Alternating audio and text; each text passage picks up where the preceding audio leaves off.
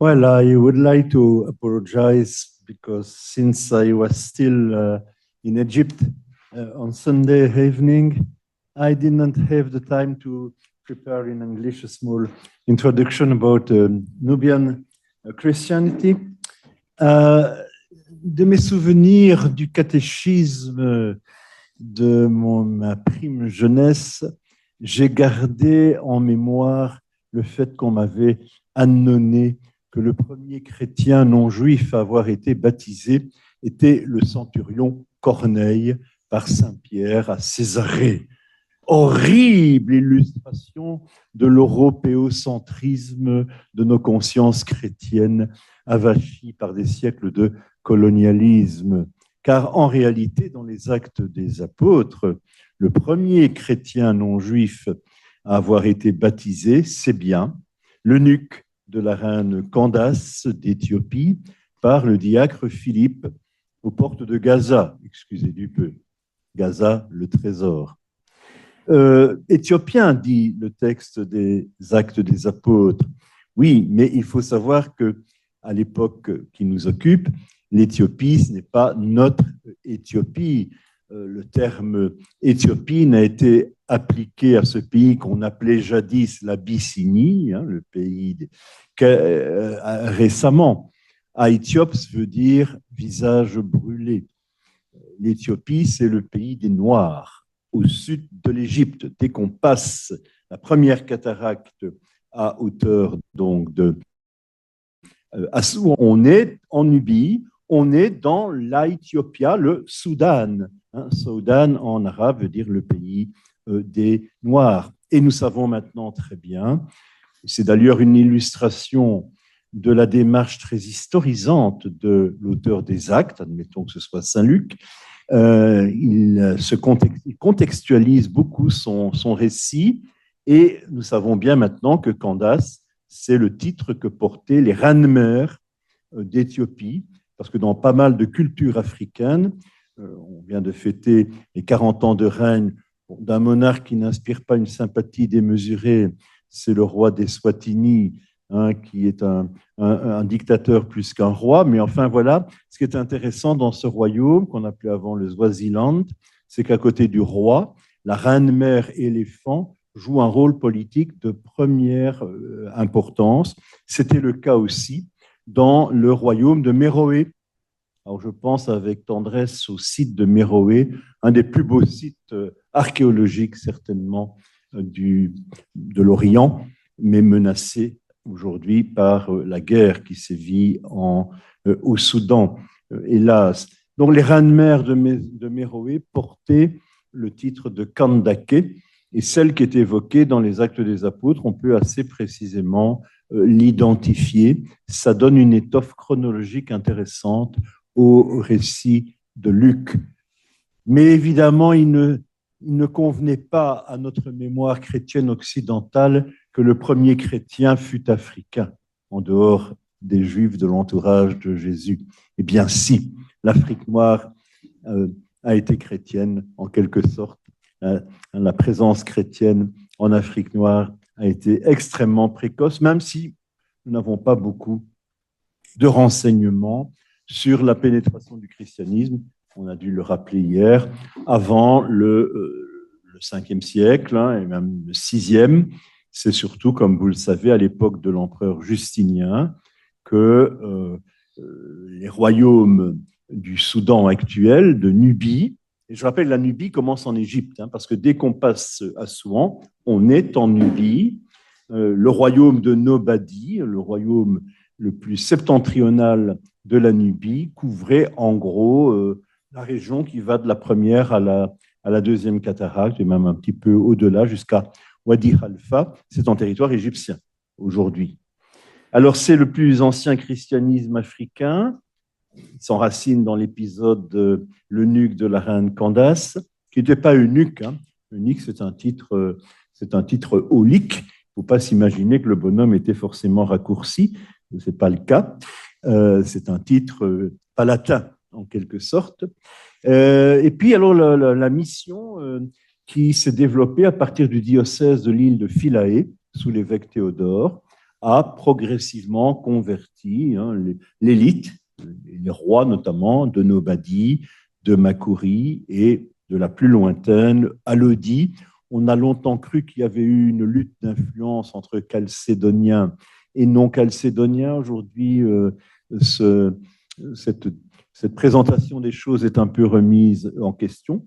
Mais donc, à partir on peut dire du VIe siècle, on va avoir là la constitution de royaumes chrétiens profondément enracinés dans cette culture africaine qui elle-même s'était nourrie beaucoup de la culture pharaonique, parce que les pharaons avaient colonisé la Nubie et le grand site du Gebel Barkal avait été reconnu par les pharaons comme la terre de naissance du grand Amon de Thèbes lui-même. Ce qui fait que les rois de Napata leur ont renvoyé l'ascenseur, si tant est qu'il y ait eu des ascenseurs à cette époque, en prétendant que puisqu'ils étaient les rois de la terre natale d'Amon, ils avaient quelque légitimité à gouverner l'Égypte. Ce fut l'aventure des pharaons noirs de la 25e dynastie. Et la culture nubienne chrétienne a hérité d'un certain nombre de traits de cette culture mixte égyptienne et nubienne qui s'était développée dans cette région. Alors malheureusement, cette première chrétienté africaine noire est en partie aujourd'hui une chrétienté disparue. C'est même peut-être la seule chrétienté orientale à avoir disparu complètement, après avoir résisté longtemps à l'invasion, à l'expansion musulmane.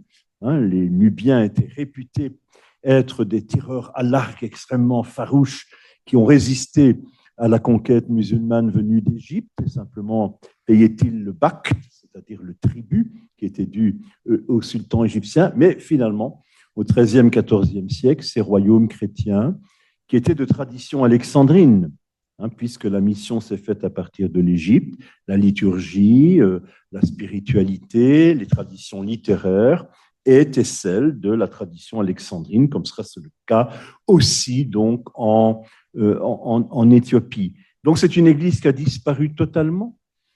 Il reste quelques vestiges. On dit que dans les familles du Soudan, familles musulmanes du Soudan aujourd'hui, on baptise les enfants. Il y a un rite initiatique, on utilise l'eau, et qui semble bien être un héritage de la période chrétienne de la Nubie.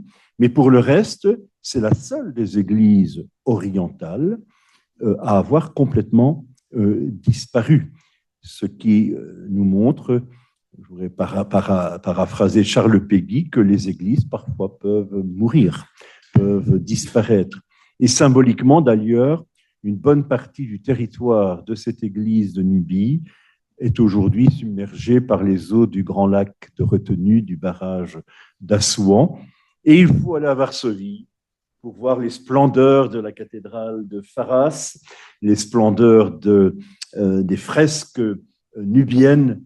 Je pense, pour moi, une des plus belles, c'est cette image qui semblait être celle de Sainte Anne, qui met son doigt sur la bouche, comme si le mystère chrétien était trop grand, l'a dépassé à ce point qu'elle devait se taire pour pouvoir... C'est la plus belle image pour illustrer la théologie apophatique orientale. C'est Sainte Anne qui met son doigt sur la bouche au musée de Varsovie. Donc, incessamment, n'hésitez pas à aller voir les salles consacrées à la Nubie chrétienne au musée de Varsovie. Et une chose qui, malheur est toujours bon, eh bien, lorsque on a fait un survey de la Nubie septentrionale pour préserver ce qui pouvait l'être de la submersion par les eaux du lac Nasser, c'est beaucoup les Polonais qui ont été à l'œuvre, avec notamment le professeur Michalowski et d'autres, bien entendu, ce qui nous vaut le plaisir d'avoir la présence parmi nous de deux orfèvres en la matière que je vais m'empresser sans plus tarder. C'est aussi l'église orientale la moins bien connue, très peu connue du grand public, malgré les expositions qui ont... peu connue parce que les textes ne sont pas très nombreux, peu connue parce que la réalité quotidienne de cette église, ses liens avec l'église d'Égypte, ce n'est pas encore très exploré, encore beaucoup de travail à faire. Eh bien, nous allons en savoir plus grâce à...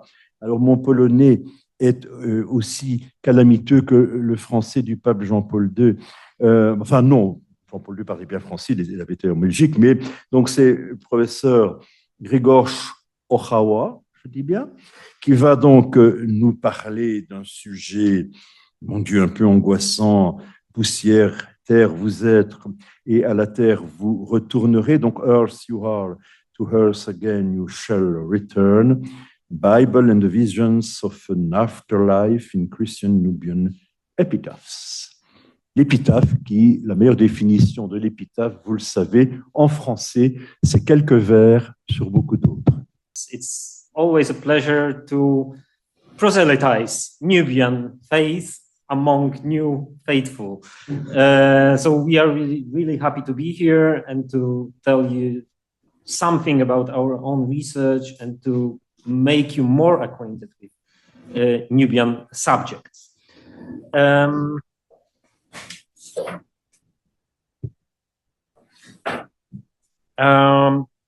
Although we had a while ago and yesterday a bit of an introduction about Nubia itself, I think it won't harm to repeat some basic facts, because Nubia is not, or history of Nubia, especially history of Christian Nubia, is not a part of normal historical curriculum at any university apart from Warsaw, I dare say. So the knowledge about simple, basic facts, historical facts, is something that even trained historians of Christianity do not always know or appreciate. Let me start with a quote. Nubia est omnis divisa in partes tres, quorum unam incolunt alodai, aliam macuritai, tertiam qui ipsorum linguam migitin gu, nostra nobadai appellantur. This is, of course, my paraphrase of Julius Caesar, but assuming that he would have lived in the 5th century and would have visited Nubia, he may have started his res gestae in Nubia in this very way. Because Nubia was, at least for some time, consisting of 3 distinct parts. This, however, did not last very long. The origins of Nubian kingdoms date back to the 5th century. We don't know the exact circumstances and the exact dates of establishing Nubian kingdoms. They came to existence on the ruins of the Meroitic Empire, the last phase of the Kushites, with the coming of new people, new ethnic group from the southwest, from the regions of Darfur and Kordofan. The Nubian-speaking people entered the Nile Valley and spread across it to the north and to the south. And it is to them that we owe the establishing of the 3 kingdoms. The 3 kingdoms were Christianized, as we heard yesterday and today already, in the mid-6th century, thanks to the efforts of missionaries of most probably mixed Byzantine or Constantinopolitan and Egyptian origin. And by the 580s, all 3 kingdoms had already joined the Christian oikumene. However, in the sometime in the 7th century, again, we do not know exact date or the circumstances of this major historical event. The kingdom of Nobadia was somehow absorbed by its southern neighbor, the kingdom of Makuria. And from that moment on, we can talk about a political entity that is sometimes referred to in literature as Great Makuria, as opposed to the original kingdom of Makuria, which was limited only to the core Makurian territories. In the middle of the 7th century, the Nubians first encountered the Arabs for the first time. The first raids of Muslim army ended in what is related in Arab sources as the signing of a treaty, the so-called Pact. It was not exactly a peace treaty. It was kind of non-aggression pact, so that both sides would not attack each other, but also not help each other when the other party was being attacked by someone else. And it importantly included also elements of economic exchange. The Nubians sent mostly slaves to the north, but in return they received some commodities, mostly food, but also some luxurious goods like textiles. The period between the 9th and 11th century is, as Włodzimierz Godlewski called it, the golden age of Makuria, the period of the most prominent development of Nubian culture, at least as we can see in archaeological traces.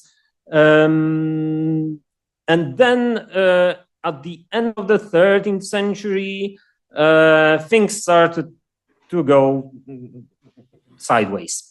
The Nubian royal family started quarreling about the inheritance of the throne, started involving outside powers. The Mamluks were progressively interfering in Nubian affairs, and this resulted first in the introducing of the first Muslim rulers on the throne of Makuria at the beginning of the 14th century. Then the shrinking of the kingdom. The Christian king had to flee to the north from Dongola, and there the kingdom lasted until the end of the 15th century. That's at least the last document that dates to the end of the 18th century, end of the 15th century, that attests to the existence of the structure of the kingdom with king, queen mother, the bishops, and the most important authorities. Christian Nubia is most famous thanks to its wall paintings, the paintings from Faras, the miracle of Faras, invoked today already. One disclaimer at this point to what Professor Cuello said yesterday. The situation in the National Museum of Khartoum is dramatic, but not as dramatic as you pictured it yesterday, because apparently the wall paintings from Faras survived the raiding and the looting. This painting that you see on the slide, the Nativity, but also the big painting that you have on the poster, the 3 youths in the fiery furnace, are apparently still standing in the gallery. The militants of the RSF miraculously did not even touch them. The rest of the painting is also reportedly safe because they were packed. The National Museum Khartoum was supposed to be renewed. There was major restoration of the museum plant just before the war broke out. So they managed to pack most of the things in wooden boxes and put them in the storage.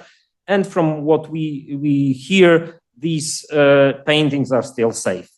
So that's at least a small miracle in this terrible period for the Sudanese people. But the paintings is not the only major treasure that we archaeologists find nowadays in Nubia. Nubian Christianity it features also magnificent architecture. Unparalleled, many buildings are unparalleled elsewhere. They have very original plans, not to be found in the Byzantine Empire or its provinces. And last but not least, at least from our perspective, the literary culture, which manifested itself in different media, on the walls, on stone stelae, on perishable materials like paper or parchment, in as many as 4 languages. Nubian literacy was being produced in Greek, in Syriac Coptic, in the local Old Nubian language, and also with the progressive incursions of Arabs, also Arabic documents and inscriptions started to appear. The main topic of my scholarly interests, but also of this talk, are the funerary stelae, which are very often portrayed as boring genre of texts. Let me quote my favorite citations from Jacques van der Vliet, from his programmatic article from 2011 about mostly Nubian but also Egyptian funerary epigraphy. He states, "The very feature that makes funerary inscriptions so unbearably dull to most scholars is their profoundly formulaic character. For paradoxically, it is precisely their predictability and repetitiveness that provide the key to the proper understanding. Formulae are still too often considered as meaningless, stereotypical elements that betray an ultimate lack of originality and creativity.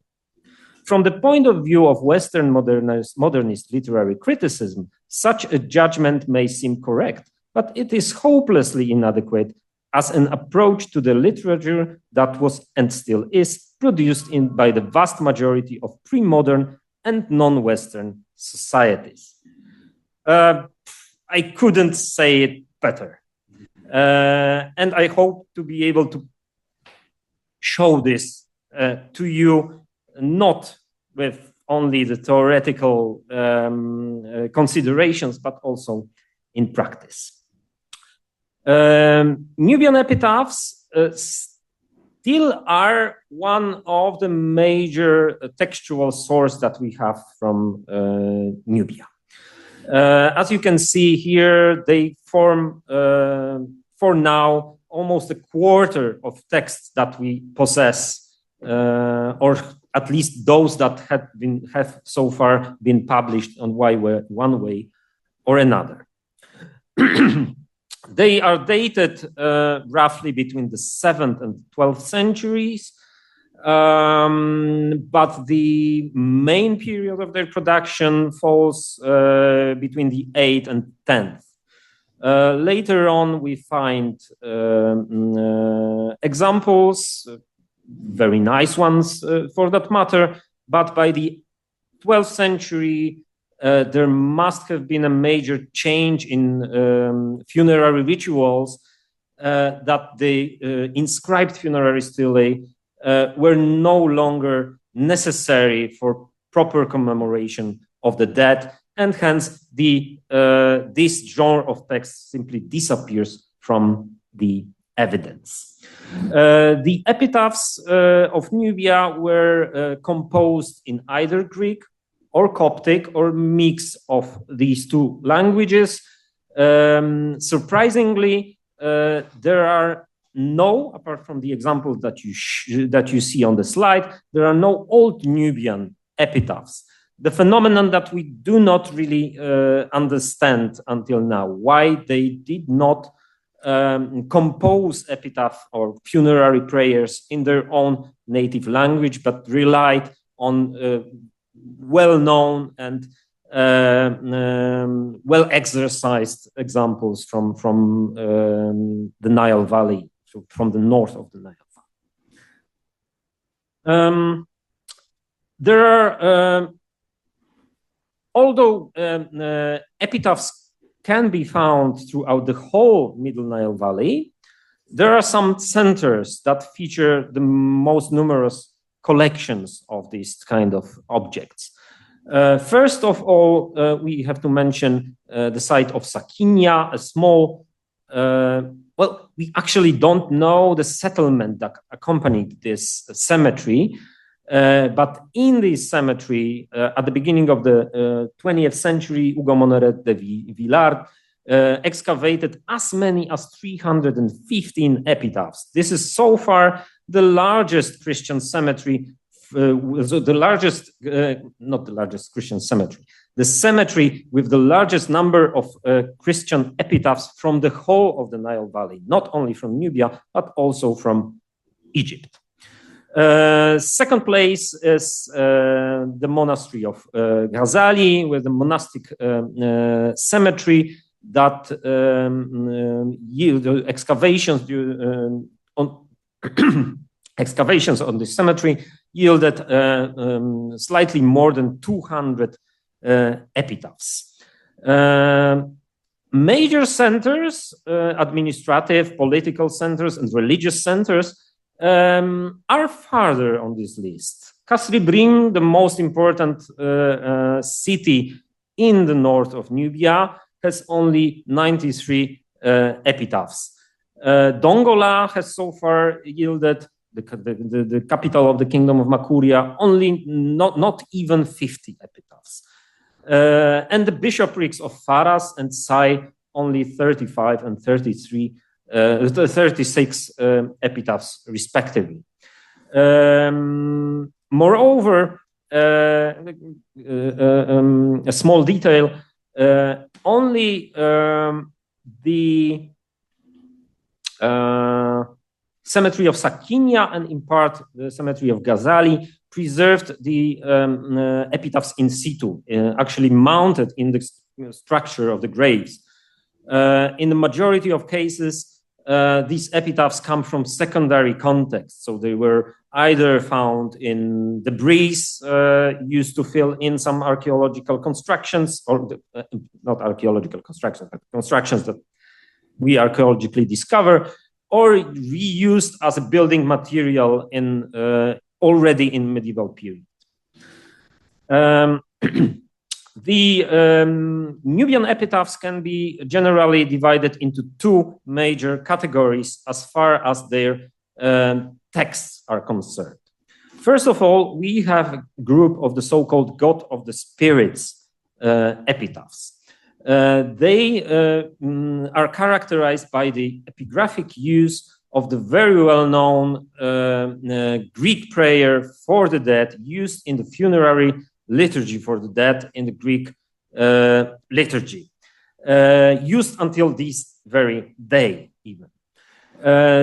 The Nubian instances are, this is important and interesting, the only epigraphic attestations of this prayer in such elaborate form, or almost full form, nowhere else in the Eastern Christian world was this funerary prayer ever used in epitaphs. It was used in the liturgy, of course, but never Eastern Christians had an idea of employing this also for the actual epitaphs. Only the Nubians had such a crazy idea. And this is also very convenient for us, because whenever we find in collections of a museum an epitaph that starts with the quote, God of the spirits and of all flesh,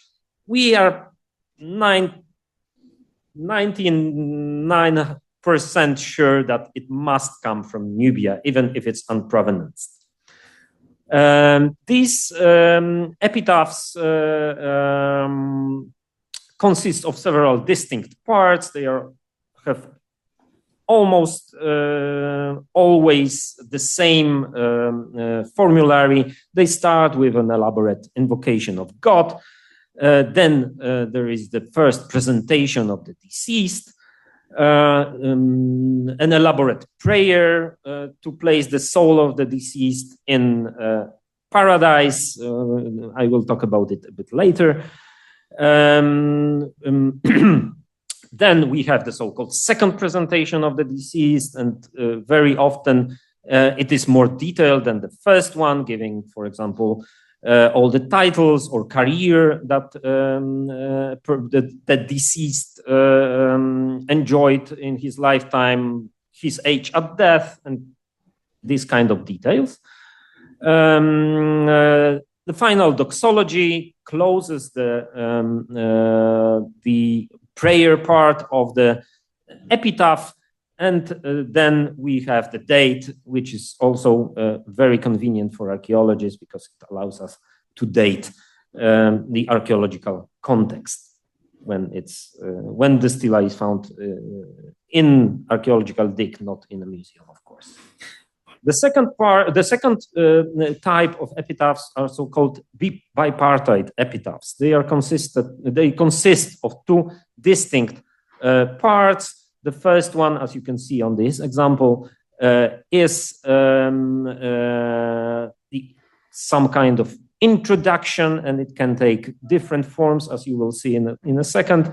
The second part is a prayer for the soul of the deceased. Another example here, a different kind of beginning of so the first part is formulated differently with the famous phrase, "One is God, helper in everything." It recurs in many Christian epitaphs. And another example with very popular in Nubia, with formula very popular in Nubia, through the command of God. This command can be also a wish or providence. These are very characteristic formulae. So the first part can change. It always includes some kind of invocation or beginning, but also the presentation of the deceased. The second part is more stable, although also quite variable, and it includes the prayer. In my book on the epitaphs of Ghazali, of the monastery of Ghazali, I proposed a more fine-grained, formal division of parts of the bipartite epitaphs, and I distinguish the opening formula, the death formula, so a verb that states the fact that the person died. Then we have a date. Here in this case, the date was relegated to the heading of the epitaph, perhaps because the scribe originally forgot to include it in the death formula or after the death formula, but we cannot be sure, of course. The prayer starts with the invocation of God or Jesus Christ. We have a so-called request formula. So the main request, a request verb, give rest to the soul or something similar. And this request formula can be expanded with several other expansion formulae, up to 5 in the examples that I studied. And the epitaph closes with the final formula, Amen, so be it, and so on. The Nubian epitaphs are a genre worth studying in itself, because not only because they provide us information about the people, not infrequently they, along with the name of the deceased, they also give us some details about their life. But also, and perhaps even most importantly, they are important witnesses of literary and religious life of Christian Nubians. We do not have, or at least we have not identified or found any instances of Nubian theological treatises, such that would explain to us what the Nubians thought about the afterlife. In this case, the epitaphs, which are the closest to death, as we can imagine, are the only source on the basis of which we can say anything about the Nubian eschatology.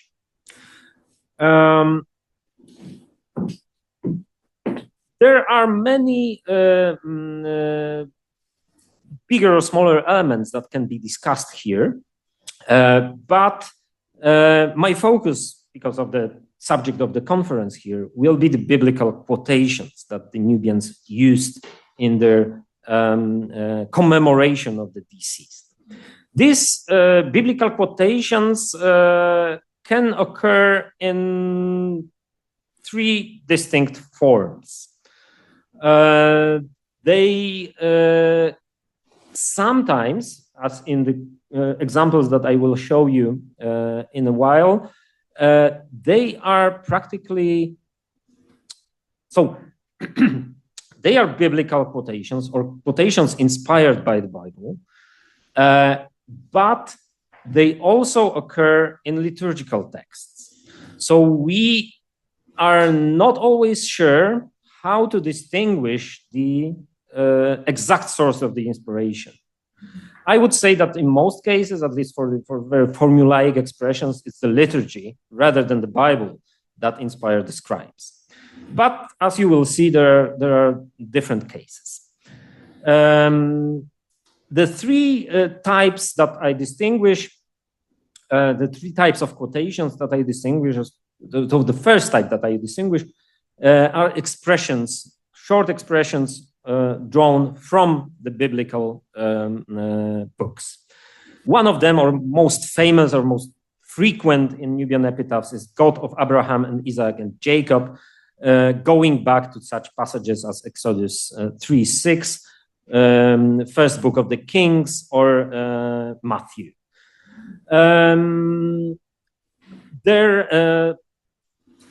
God is called sometimes Lord of Heaven and Earth, which obviously goes back to the book of Genesis.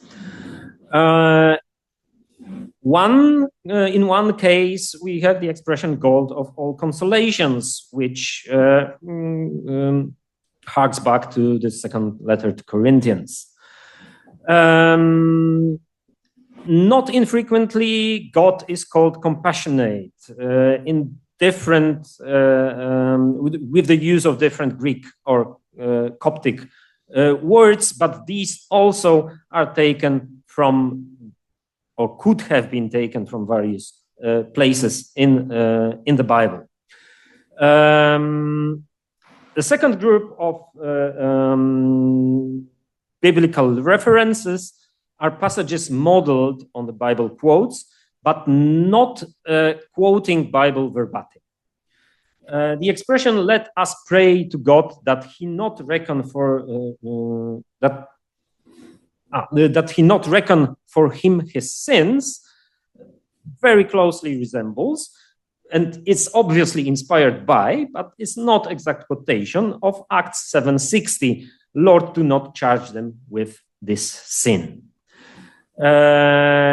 Similarly, the expression "give him rest with those who have pleased him in his presence" refers back most probably to a passage in the book of Genesis, "My God, in whose sight my fathers Abraham and Isaac were pleasing."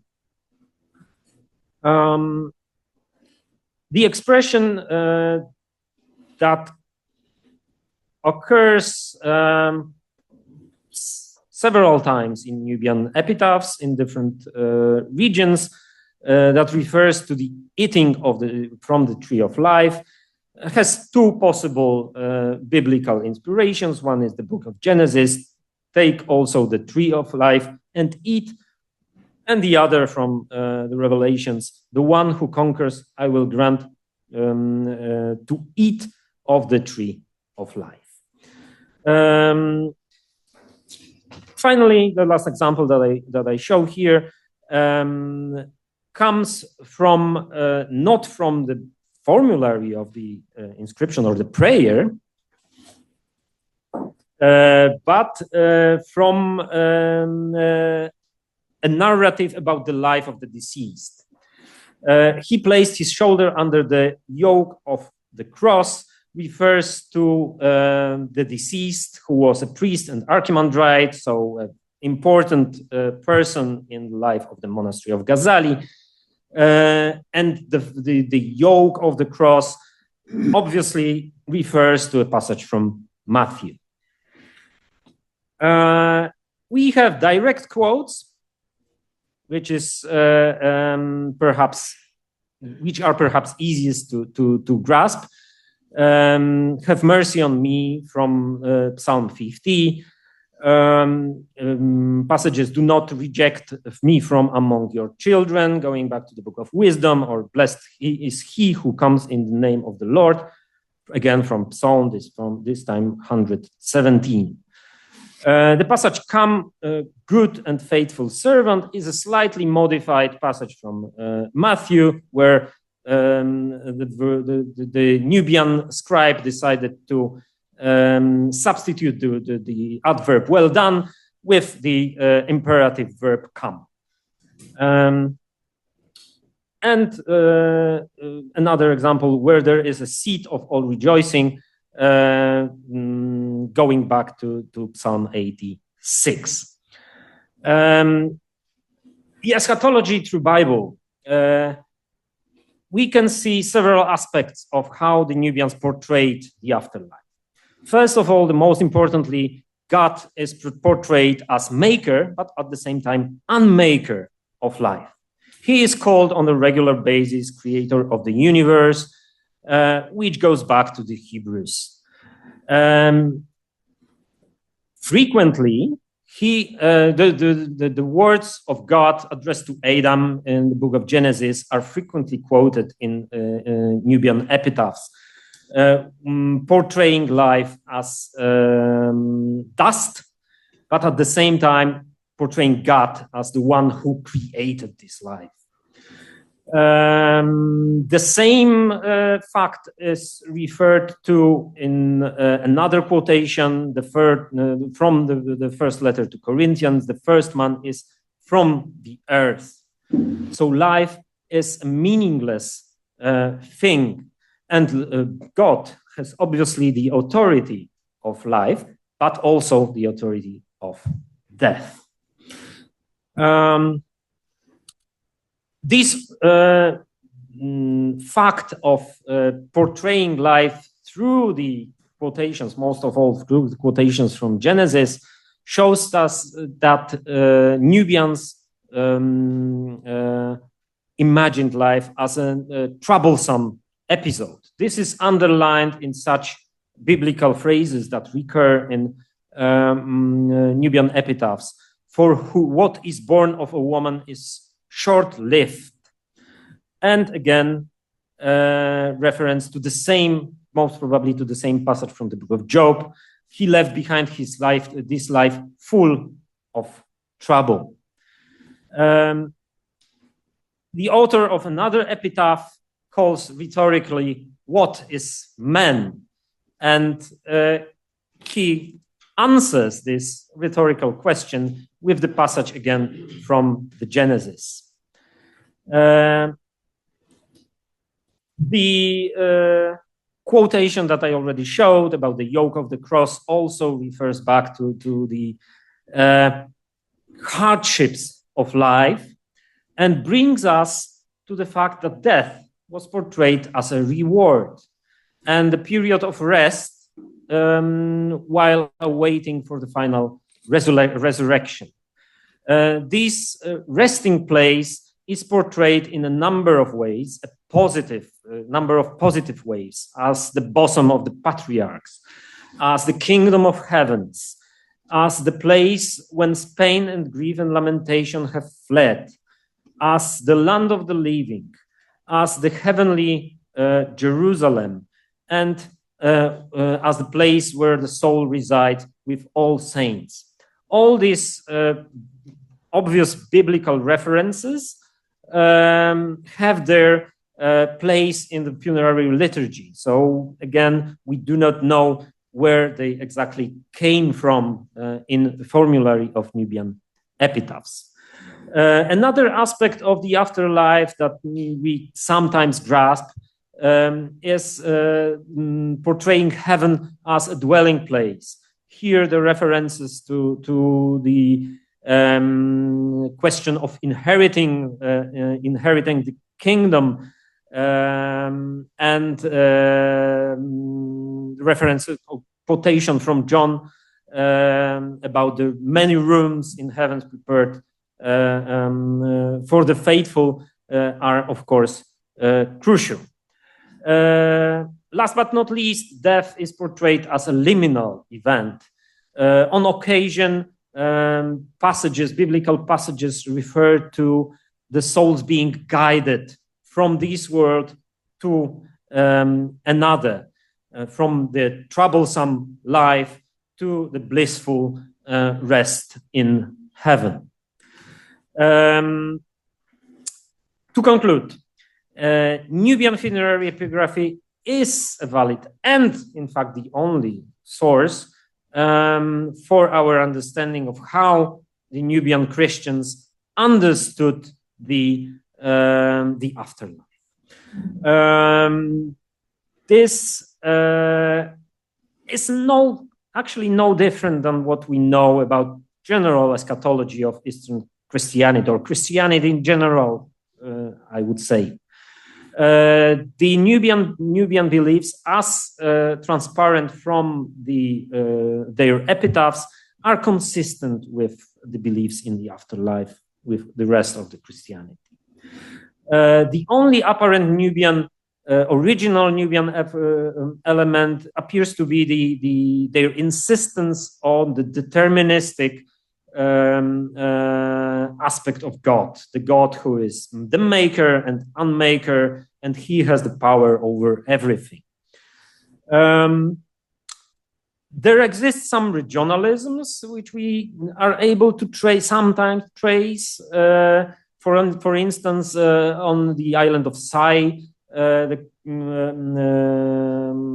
reference to the Book of Wisdom, referring to the authority of life and death, occur on the regular basis, and the quotation from the Book of Genesis about the earth and dust is attested primarily in the north. But this does not mean these small regional differences do not mean that the whole Nubia was somehow divided in their approach to the afterlife. They only show local scribal habits, but not theological or eschatological differences. On a more general level, Nubian funerary epigraphy is a source for studying Christian Nubian liturgy. In the absence of or at least fully preserved liturgical manuscripts, the formularies of Nubian epitaphs and the biblical quotations used therein show possible ways or possible liturgical interpretations and ways to understand Nubian liturgy about which we still do not know very much. And last but not least, the epitaphs are also a valid source for studying Nubian literacy or literary practices, with the most prominent feature being the centonization, that is the process during which you take various fixed phrases and put them together to create new work. This phenomenon is very well known in Christian practice, in Georgian chant, for example. Still nowadays, the Nubians did that too by, for instance, inserting formula known from bipartite epitaphs into the otherwise very well formulated God of the Spirits epitaphs. So that's my conclusion for today. Thank you very much for your attention. C'est passionnant. Malheureusement, on a dépassé le temps de 10 minutes et je vois que les organisateurs ont été sévères parce qu'ils ne laissaient que 5 minutes pour la discussion. On va, comme l'a fait M. Labadie, s'il y a une question peut-être, l'exposé qui, évidemment, valorise ces textes qu'on a souvent considérés comme trop formalistes et peu intéressants. Ça nous montre qu'au contraire, on peut vraiment tirer quelque chose. Madame? Merci beaucoup.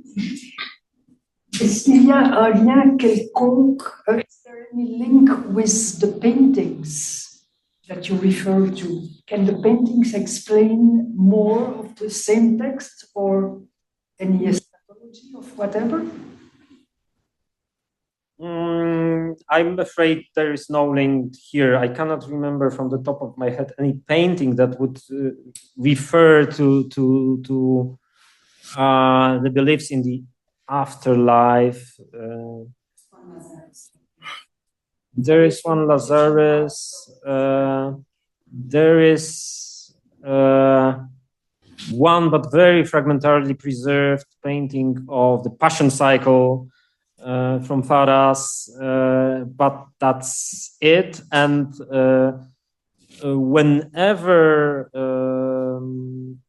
non-holy entities were being presented in wall paintings in Nubia, they were most likely presented as being alive. So the portraits of bishops and kings and queen mothers from Faras Cathedral, as we think, were executed at their taking over of the office or shortly afterwards. So when they were portraying these persons, they were still alive. We have some indications to believe that. Other than that, I don't believe that the wall paintings can inform us about Nubian beliefs in the eschatological beliefs.